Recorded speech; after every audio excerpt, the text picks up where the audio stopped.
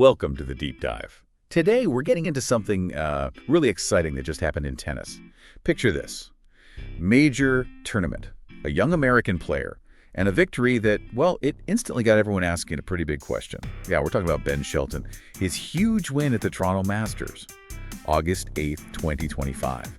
And this wasn't, just another tournament win for him. It was his first Masters title, only his third ATP title overall, actually. But like I said, by far the biggest one. And what a final. He came back against Karen Khachanov. What is the score again? 6-7, 6-4, 7-6.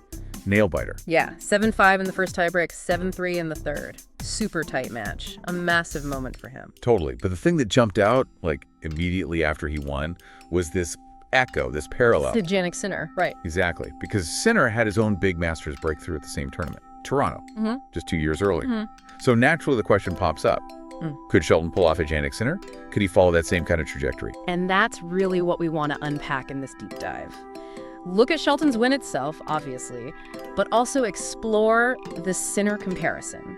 And maybe most importantly, get into Shelton's own take on it all, how he sees his own path, with all this noise and expectation around him. Okay.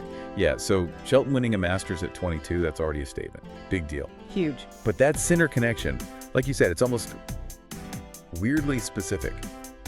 The timing. Can you just remind us exactly how that lined up? Yeah, it's pretty remarkable. Sinner's first Masters title, the one that really felt like his launching pad, it was literally 2 years ago, to the week almost, at the same event in Toronto. He beat Alex de Minaur in that final, and it really did seem like something clicked for him after that particular win. Clicked is maybe an understatement. I mean, look what happened after Sinner won Toronto.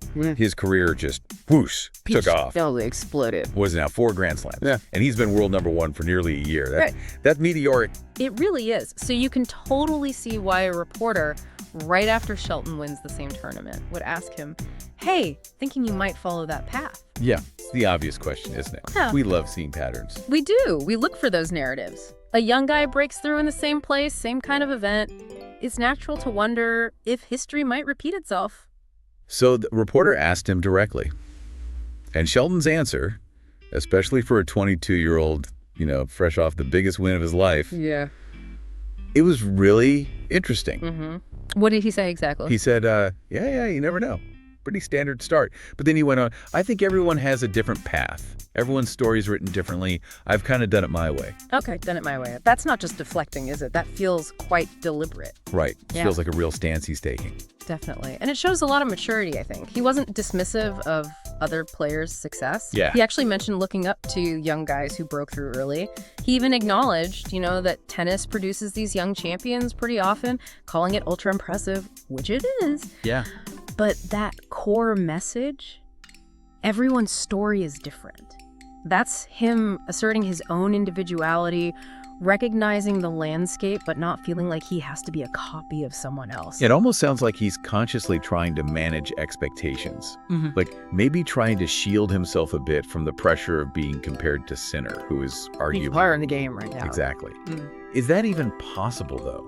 In pro sports, with the media, the fans... Can you really just ignore that kind of comparison? It's incredibly difficult. I mean, it's a constant background noise. Everyone's looking for the next Sinner or the next Alcaraz or whoever. But for the athlete themselves, buying into that comparison can be risky. What if your development takes a different shape or a different speed? Right, then it feels like you're failing, even if you're actually progressing on your own timeline. Precisely. So Shelton setting that boundary, saying, I'm doing it my way, allows him to focus on his own process, his own goals, rather than chasing someone else's ghost, so to speak. So his immediate goal isn't, okay, got to win a slam next year like Sinner did.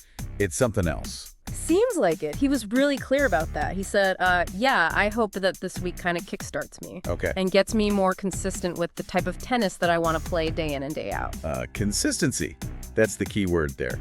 Not replication, but consistency. Exactly. He's focused on building that foundation, playing at that high level more often, week after week, which ironically is probably what leads to those big breakthroughs anyway. You need the base first. That makes a lot of sense. That distinction is really important.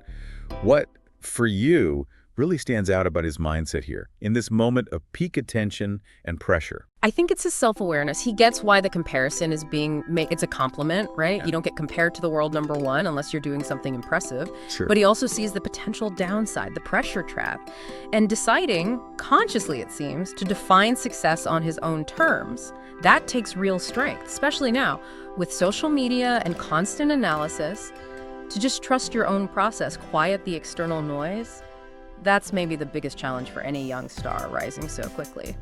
Well, this has been a really great deep dive. We've looked at Ben Shelton's incredible Toronto Masters, win Maiden Masters' biggest title, and that really striking parallel to Jannik Sinner winning the same tournament 2 years back, and Sinner's, well, incredible rise since then, 4 slams, world number 1. And we really got into Shelton's response, didn't we? How he emphasized that everyone's story is different, everyone has a different path. He hopes this win kickstarts more consistency, but he's clearly trying to avoid those major expectations and pressure by, not measuring himself directly against the very top guy right now. He wants his own journey. So at least this was something to think about, doesn't it? For you listening. Whenever someone has a big breakthrough, in sports, in work, anywhere really, we tend to immediately compare them to past successes.